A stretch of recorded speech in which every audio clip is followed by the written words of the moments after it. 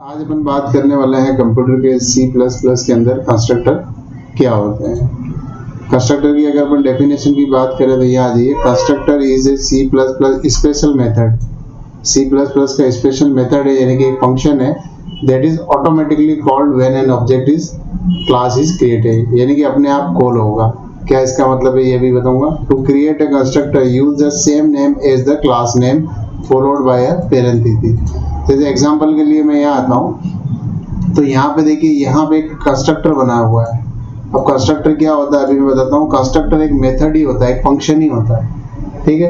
अब इसकी खासियत क्या होती है कि इसका जो नाम होगा वो क्लास का जो नाम है वो सेम ही होता है। जैसे इसका नाम, हमारी क्लास का नाम है माई क्लास, तो कंस्ट्रक्टर का नाम भी क्या होगा, हमेशा माई क्लास होगा।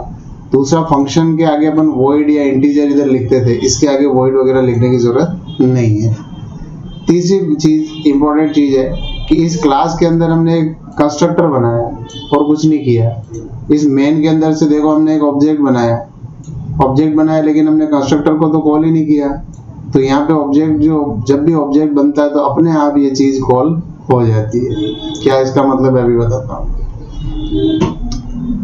ध्यान रखने वाली बात है, the constructor has the same name as the class का जो नाम होगा वही उसका आप नाम रख सकते हो, दूसरा नाम नहीं रख सकते हो। फिर कंस्ट्रक्टर पैरामीटर की बात कर रहा है। जैसे एक फंक्शन के अंदर हम पैरामीटर पास करते थे, जैसे कि मान लिया कोई फंक्शन होता था, उसके अंदर हम वैल्यू पास कर रहे थे इस तरह की, तो यहाँ पे देखो 3 वैल्यू पास हो के आ रही है। तो इस तरह से कंस्ट्रक्टर भी ये चीज कर सकता है। तो इसको अपन ट्राई करते हैं। मैं आ जाता हूँ, इसको यहाँ पे ट्राई करके बताता हूँ। Try it yourself. यहाँ पे मेरी क्लास है और मैं अपनी क्लास का नाम बदल देता हूँ। मैं अपनी क्लास का नाम रख देता हूँ सपोज फर्स्ट, ठीक है। तो यहाँ पे मुझे ऑब्जेक्ट जो है ये मेरा कंस्ट्रक्टर है, तो इसका नाम भी मुझे क्या रखना पड़ेगा, फर्स्ट। और यहाँ पे अब ऑब्जेक्ट बनाएंगे तो क्लास का नाम क्या रखना पड़ेगा, फर्स्ट, ठीक। अब जैसे यहाँ पे देखिए, समझिए, कंप्यूटर आएगा हमारा यहाँ पे मेन के पास आएगा और ये कहेगा भाई फर्स्ट नाम की क्लास है, उसका ऑब्जेक्ट बनाओ। तो ये जाएगा, फर्स्ट नाम की क्लास है, इसका एक ऑब्जेक्ट बनाएगा। जब ये इसका ऑब्जेक्ट बनाएगा तो ये कंप्यूटर चेक कर लेगा कि इसके अंदर कोई कंस्ट्रक्टर तो नहीं है। तो इसने देखा भाई इसका एक कंस्ट्रक्टर है यहाँ पे फर्स्ट, तो ये क्या करेगा, ऑटोमेटिकली इसको कॉल कर देगा। अब आप देखिए इसका आउटपुट आ रहा है हेलो वर्ल्ड, ठीक है। आप ध्यान से देखना, मैं कॉमा लगा के एक और ऑब्जेक्ट बनाता हूँ। मैं इस ऑब्जेक्ट को हटा के मैं इस ऑब्जेक्ट का नाम रखता हूँ O1, O2, O3, यानी कि हमने कितने ऑब्जेक्ट बनाए, टोटल 3। तो ये 3 ऑब्जेक्ट बनाए तो कंस्ट्रक्टर भी 3 बार कॉल होगा। अब आप hello world, hello world, hello world, अब आप आउटपुट को देखिए, यहाँ हमारा आउटपुट आने वाला है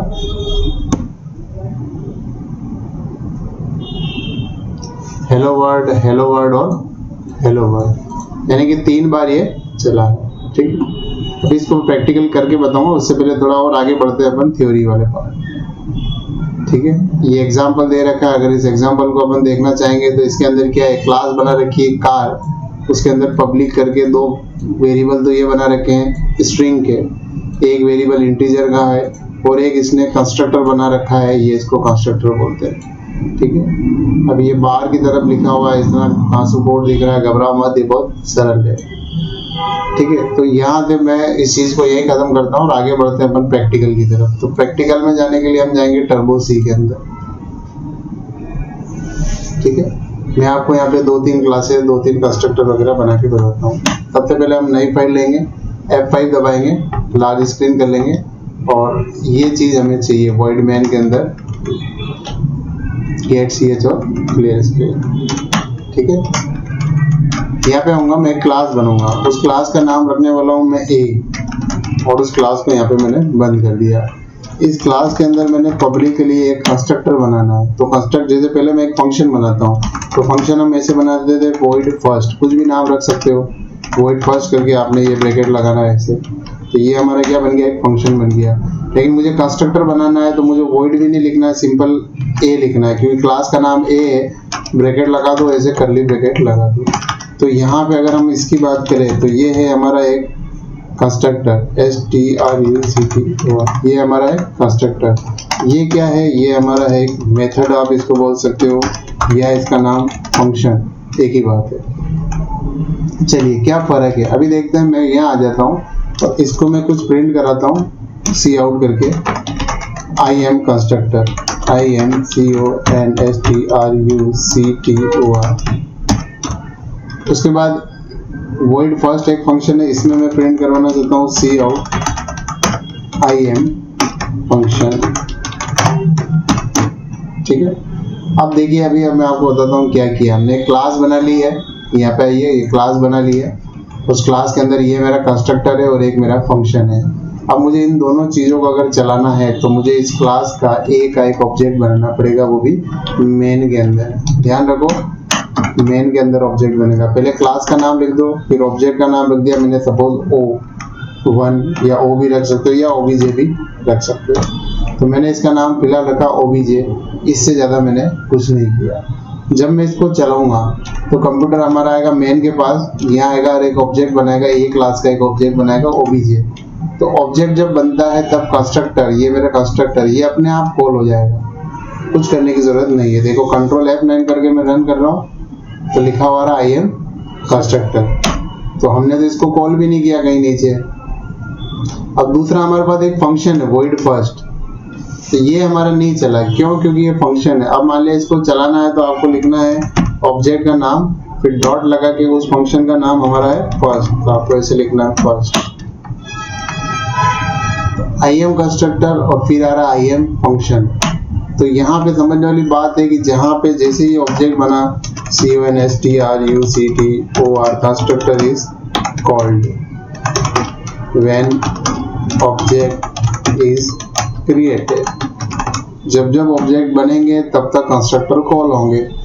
अब मान लिया मैंने दो ऑब्जेक्ट बना लिए, OBJ फिर OBJ2 नाम दे दिया। तो कितने ऑब्जेक्ट है? दो ऑब्जेक्ट है। तो आप देखना कंस्ट्रक्टर भी मेरा कितनी बार कॉल हुआ? 2 बार हुआ। तो ये मैं कंस्ट्रक्टर की कुछ थ्योरी आपको बता देता हूँ जो समझने लायक है आपको। CONSTRUCTOR constructor is a special type of function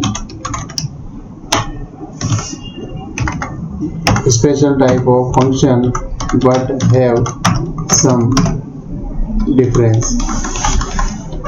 कुछ डिफरेंस होता है। क्या डिफरेंस होता है? फर्स्ट हम बात करेंगे CONSTRUCTOR constructor name is always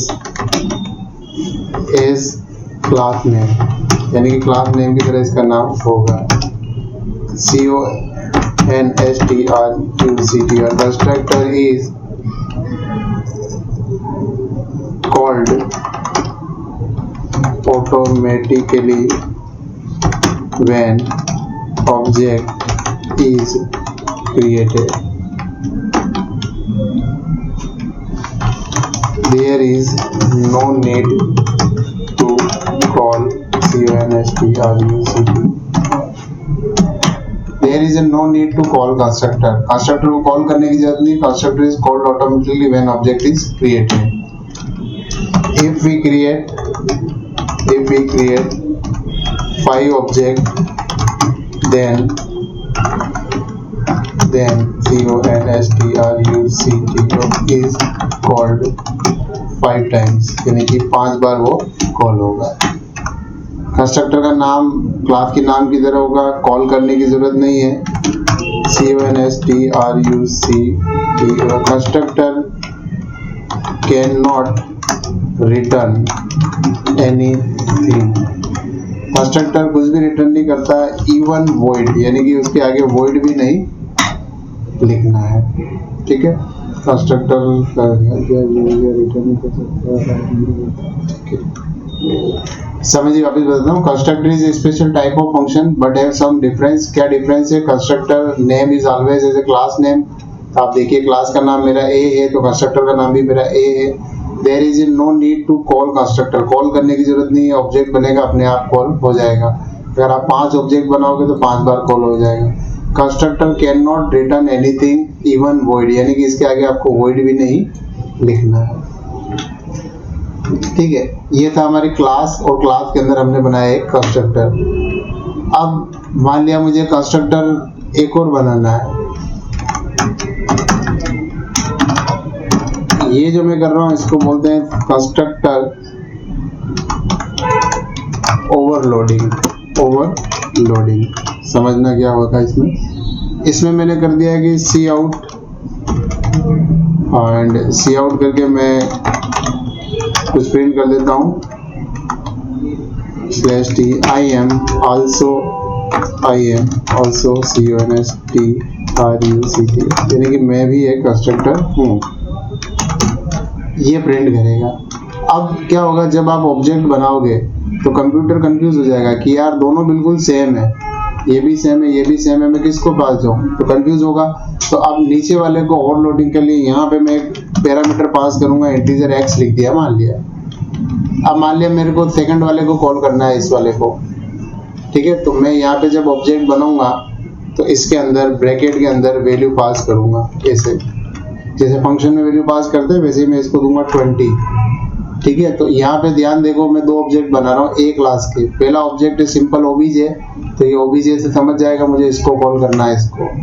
second वाला ऑब्जेक्ट जो बन रहा है ओबीजे2, ये देखिए यहाँ पे, तो ये 20 को लेके जा रहा है। तो अब कंप्यूटर समझ जाएगा कि मुझे इस वाले कंस्ट्रक्टर के पास जाना है, पैरामीटर वाले के। तो यहाँ से x के अंदर जो आने वाला है वो क्या आने वाला है, आप कमेंट करके बता सकते हो।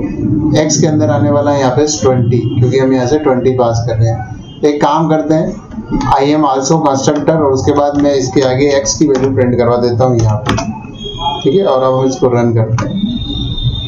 तो सबसे पहले देखो, आई एम कंस्ट्रक्टर पहले वाला कॉल हुआ, आई एम आल्सो कंस्ट्रक्टर और 20 प्रिंट कर रहा है, तो यानी कि ये सेकंड वाला हमारा जो है ये वाला, ये ऑब्जेक्ट बना और इस ऑब्जेक्ट के थ्रू वो कंस्ट्रक्टर कॉल हुआ। यहाँ पे हम क्या कर रहे हैं, यहाँ पे हम मेथड को कॉल कर रहे हैं, मेथड इज कॉलिंग। तो ये था कंस्ट्रक्टर के बारे में एक छोटा सा इंट्रोडक्शन, कंस्ट्रक्टर क्या होते हैं। इसमें हमने देखा है कंस्ट्रक्टर ओवरलोडिंग करके भी होता है, जिसमें हम एक ही कंस्ट्रक्टर, मतलब कंस्ट्रक्टर एक से ज़्यादा बना सकते हैं, पर उनके लिए आपको थोड़ा सा यहाँ डिफरेंस करना है पैरामीटर के अंदर, ठीक है। क्या मैं एक और कोई कंस्ट्रक्टर तीसरा बना सकता हूँ? बिल्कुल बना सकता हूँ। उसको सेम टू सेम नहीं रखना है, उसमें थोड़ा चेंज करना है। जैसे मैंने इंटीजर x ले लिया है, फिर इंटीजर मैंने y ले लिया है, तो यहाँ पे ध्यान देना, मैं इनको मान लिया मैं प्रिंट करवाना चाहता हूँ इनका सम को। मैंने लिखा sum of x and y, sum of x and y equals to, और मैं वैल्यू प्रिंट करवाना चाहता हूँ किसको, x प्लस y को। तो आप डायरेक्ट ऐसे लिख दो x और y। अब ध्यान देने वाली बात है कि इस x और y में वैल्यू कहाँ से आएंगी। चलिए आएंगे इधर, यहाँ से हम ऑब्जेक्ट बनाएंगे, ठीक है। तो मान लिया मैं सबसे पहले ये वाला ऑब्जेक्ट बनाता हूँ OBJ3। अब मैं मान लिया इसको दो वैल्यू दूंगा, एक दी मैंने 10 और दी मैंने 20। तो जैसे ही दो वैल्यू वाला ऑब्जेक्ट बनाया तो ऑटोमेटिकली ये इस दो वाले के पास जाएगा। जैसे यहाँ पे ऑब्जेक्ट बनाया, कुछ भी नहीं पास किया, तो ये इस वाले के पास जाएगा, फर्स्ट वाले के पास। और जैसे ही इस ऑब्जेक्ट में आपने एक वैल्यू पास करी है तो ये समझ जाएगा मुझे इसके पास जाना है। तो ये जो चीज चल रही है, एक ही कंस्ट्रक्टर के नाम के बार बार अपन बना रहे हैं, ये कहलाती है कंस्ट्रक्टर ओवरलोडिंग, ठीक है। ये लिखा हुआ है यहाँ पे मैंने, कंस्ट्रक्टर ओवरलोडिंग, ठीक है। तो आई होप इस वीडियो में अपन ने कंस्ट्रक्टर बनाना सीखा, कंस्ट्रक्टर ओवरलोडिंग क्या होती है वो सीखा। फिर हमने सीखा कि कंस्ट्रक्टर का नाम और क्लास का नाम बिल्कुल सेम होने वाला है। एक से ज़्यादा कंस्ट्रक्टर बनाए जा सकते हैं, लेकिन जब उनको कॉल करेंगे ऑब्जेक्ट के थ्रू, ऑब्जेक्ट बनेंगे, तो डिपेंड करेगा वो किसको कॉल करेगा। तो मिलते हैं नेक्स्ट वीडियो में, तब तक के लिए टेक केयर।